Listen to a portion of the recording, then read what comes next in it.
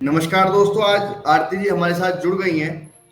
जिस तरीके से फेड ने अपने इंटरेस्ट रेट में कटिंग की है, उसका क्या मार्केट के ऊपर इम्पैक्ट रहने वाला है, आज हम ये सब बातें समझेंगे आरती जी के साथ। नमस्कार आरती जी, आपका बहुत बहुत स्वागत है हमारे पब्लिक वॉइस के 2K पर।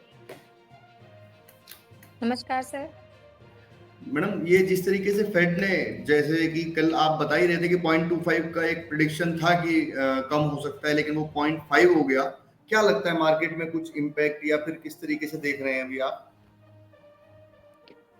देखिए, अगर हम ये रेट कट देखें तो हर बार 0.50 का रेट कट इतनी ईज़िली नहीं होता है।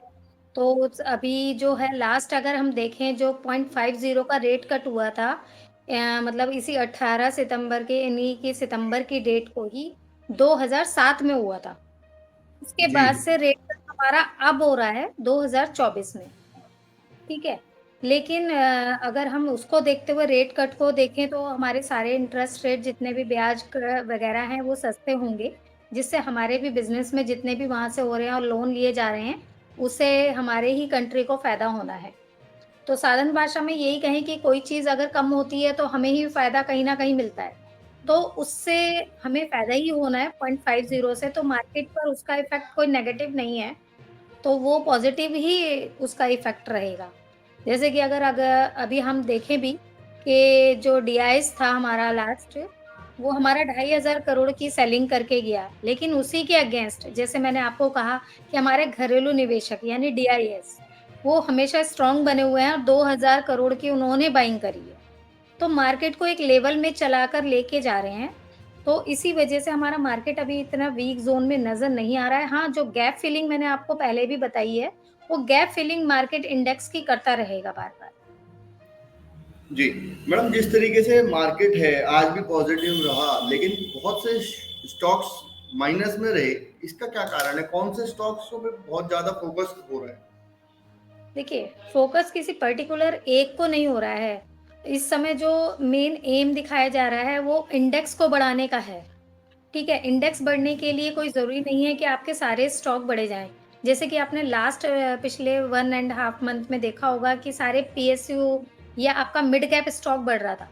सारा जी। मिड कैप इस रैली से था कि 10-10% की आपको उसमें रैली नज़र आ रही थी, 1-1 हफ्ते में।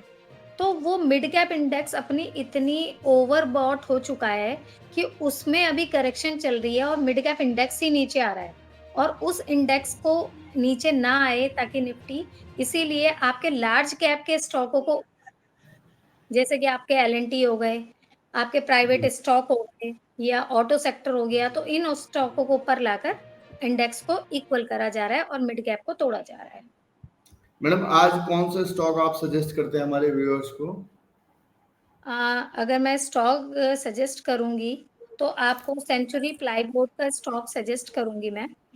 ठीक है? ये आपका करीब 880 की रेंज में आप इसे देख सकते हैं, 875 से 880 की रेंज में और ₹830 का स्टॉप लॉस के साथ आप 950 तक के टारगेट आप इसके रख सकते हैं अपने।